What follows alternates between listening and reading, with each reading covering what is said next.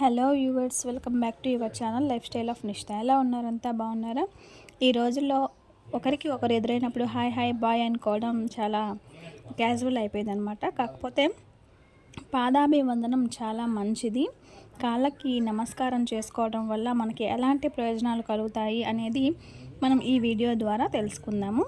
ఎందుకు ఆలస్యం, వీడియోలోకి వెళ్ళిపోదామా మరి?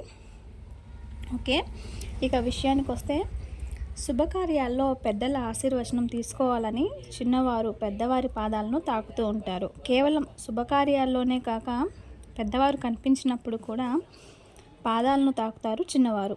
అసలు పెద్దవారి పాదాలను ఎందుకు తాకాలి? భారతీయ సాంప్రదాయంలో పెద్దవారి పాదాలను తాకడం అనేది గౌరవ సూచకంగా ఉన్న పురాతన పద్ధతి. అయితే కొందరు అడుగులను అపరిశుభ్రంగా భావిస్తారు. పాదాలను తాకడం వెనుక ఎన్నో అద్భుత ప్రయోజనాలు, అర్థవంతమైన సూచనలు ఉన్నాయి. పెద్దవారి పాదాలను తాకాలంటే మన అహంకారం వదిలి తల వంచాలి. అది పెద్దవారి వయసు, జ్ఞానం, విజయాలు, అనుభవాలను గౌరవించడంతో సమానం. సాధారణంగా పెద్దవారి పాదాలను తాకినప్పుడు వారి ఆలోచనలు, స్పందనలు, వాటి నుండి వచ్చే పదాలు చాలా శక్తివంతంగా ఉండటం వల్ల చిన్నవారికి లాభాలు చేకూరుతాయి. పెద్దవారి పాదాలను తాకటానికి నడుము వంచి కుడి చేతిని వారి ఎడమ కాలి మీద పెట్టాలి. అలాగే ఎడమ చేతిని వారి కుడి కాలి మీద ఉంచాలి. అప్పుడు పెద్దవారి చేతులు మన మీద ఉంటాయి. ఇలా చేయడం వల్ల ఒక క్లోజ్డ్ సర్క్యూట్ ఆకారాన్ని సంతరించుకుంటుంది. ఆ సమయంలో వారి శక్తి, జ్ఞానం మనకు బదిలీ అవుతాయి.